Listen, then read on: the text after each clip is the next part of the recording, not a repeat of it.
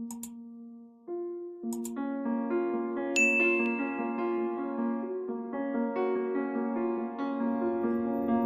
तो student question 4 का second part है बी का inverse is equal to I is equal to B inverse B. ठीक है, तो वीडियो को मुकम्मल देखिएगा। अगर पसंद आए तो लाइक कर दीजिएगा। अगर आप न्यू व्यूवर हैं तो मेरे चैनल ऑनलाइन एजुकेशन 842 को सब्सक्राइब कर दीजिएगा और साथ लगे बेल आइकन को भी प्रेस कर दीजिएगा ताकि हमारी हर वीडियो बर वक्त आप तक पहुंचती रहे। चलें इसके सोल्यूशन की तरफ। या if b is equal to 3 - 1 2 -2 then b inverse is equal to I mean identity matrix is equal to b inverse into b। ठीक है, तो फर्स्ट ऑफ ऑल आप देखें लेफ़्ट हैंड साइड बाद में लीजिएगा, पहले आप चेक करो कि कौन कौन सी कीमत है। ये देखो इधर भी b इनवर्स है, इधर भी b इनवर्स है, इधर b भी है, इधर b की कीमत हमारे पास है, लेकिन इधर b इनवर्स है, इधर b इनवर्स है। ये पहले आप फाइंड कर लो, फिर बहुत आसान हो जाएगा आपके लिए। ठीक है, तो मैंने लिख दिया सोल्यूशन में first we find b inverse, first we find b inverse. तो b इनवर्स की कीमत सबसे पहले फाइंड कर लेते हैं। b inverse is equal to 1/b का मॉड एडजेंट ऑफ b। ठीक हो गया, तो इसमें हमारे पास दो कीमतें होनी चाहिए। कौन कौन सी? एक b का मॉड, दूसरा एडजेंट ऑफ b। b का मॉड कैसे आएगा? ये b की कीमत है, इसका इधर भी मार लगा लो, इधर भी मार लगा लो। ठीक है, तो मार में क्या करते हैं, 3 को -2 से मल्टीप्लाई करते हैं, 2 को -1 से करते हैं। ठीक है, 3 मल्टीप्लाई बाय -2, दरमियान में -2 को -1 से मल्टीप्लाई करो। 3 को -2 से किया तो -6, माइनस माइनस प्लस हो गया, 2 1 से 2 आ गया। ठीक है, -6 + 2 -4, तो ये b का मॉड आ गया। अब एडजेंट ऑफ b हमें चाहिए। एडजेंट ऑफ b कैसे निकालते हैं कि ये जो डायगोनल एंट्रीज होती हैं ये इंटरचेंज होती हैं। -2 उधर, 3 नीचे, इन दोनों के साइन चेंज करो तो ये आ गया।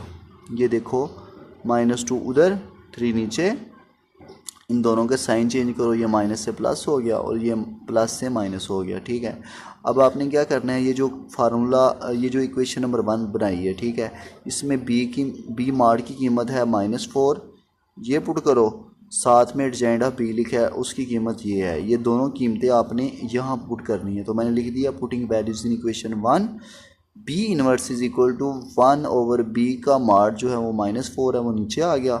एडजेंट ऑफ b की कीमत ये सारी लिखी है, वो लिख दी।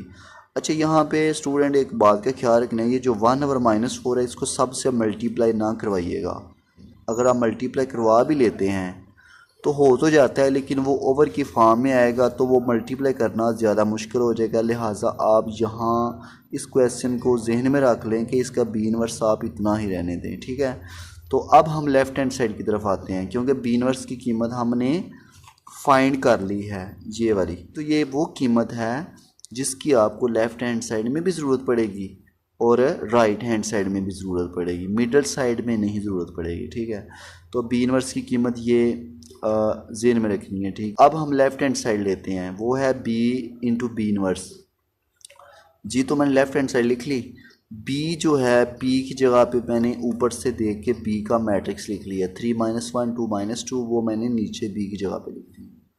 अब ये दोनों चूँकि मल्टीप्लाई हो रहे हैं तो b इनवर्स, अब मैंने लगा दिया डॉट, b इनवर्स की कीमत ये सारी आ गई, 1/-4 -2 1 -2 3, ये लगा दिया। ठीक है, अब यहाँ पे देखें, ये जो 1/-4 है इसको पहले लिख लें, ये मैट्रिक्स और ये मैट्रिक्स, इन दोनों को मल्टीप्लाई करें। ठीक हो गया, तो 1/-4 को बाहर निकालें, इन दोनों मैट्रिक्स को मल्टीप्लाई करवाने हैं। मल्टीप्लाई का क्या रूल है कि फर्स्ट मैट्रिक्स की रोज़ को सेकंड मैट्रिक्स के कॉलम से मल्टीप्लाई करवाया जाता है। तो ये लेफ़्ट हैंड साइड का आंसर है, इसे आपने इक्वेशन नंबर ए का नाम दे दिया। अब हमें चाहिए, ये देखो मिडल साइड आई है, ठीक है, आइडेंटिटी है, तो मैंने मिडल साइड ले ली, m.s is equal to I mean identity matrix, वो आ गया 1 0 0 1। तो ए का और बी का आंसर सेम आ रहा है, इससे आपने क्वेश्चन नंबर बी बना लिया, ए और बी का आंसर सेम आ गया। अब आपने राइट हैंड साइड लेनी है। राइट हैंड साइड एक बार देख लीजिए, वो है बी इनवर्स इंटू बी। तो बी इनवर्स की कीमत आपने पहले निकाल ली हुई है, वो ये है, ये ज़हन में रखना है, ये अभी ज़रूरत पड़ेगी। तो यहाँ पे देखें जी, राइट हैंड साइड में बी इनवर्स इंटू बी लिख लिया। ठीक है, तो बी इनवर्स जो है वो जो अभी कीमत निकाली थी वो मैंने इधर पुट कर ली, पहले बी इनवर्स, पहले वो कीमत आ गई, बी की कीमत बाद में, जो हमारे पास सवाल में गिवन है मैट्रिक्स। अब -1/4 ये जो है 1/-4 इसको साथ चलने दें, इन मैट्रिक्स को मल्टीप्लाई करवाएं, ठीक है।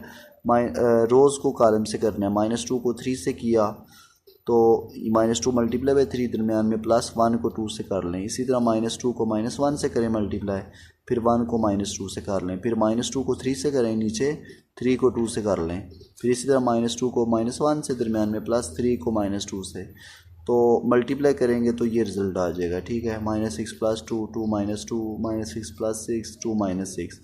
तो जब आप इसको हल करेंगे तो -6 + 2 -4 आ जाएगा, इधर 0 आ जाएगा, इधर भी 0, इधर भी -4। अब 1/-4 को सब एंट्रीज से मल्टीप्लाई करवा दें। ये देखो 1/-4 मल्टीप्लाई बाय -4, फिर इसको 0 से भी करवा दी, इसको फिर 0 से करवाया, इसको फिर -4 से करवाया, तो -4 से कैंसिल, तो 1 आ गया। 0 को इससे करवाया तो 0 आ गया, 0 को इससे करवाया तो 0 आ गया, -4 कैंसिल, 1 आ गया। इसे क्वेश्चन नंबर सी बना लें, तो लिख दिया from equation A B and C, hand left hand side is equal to middle side is equal to right hand side, hence prove.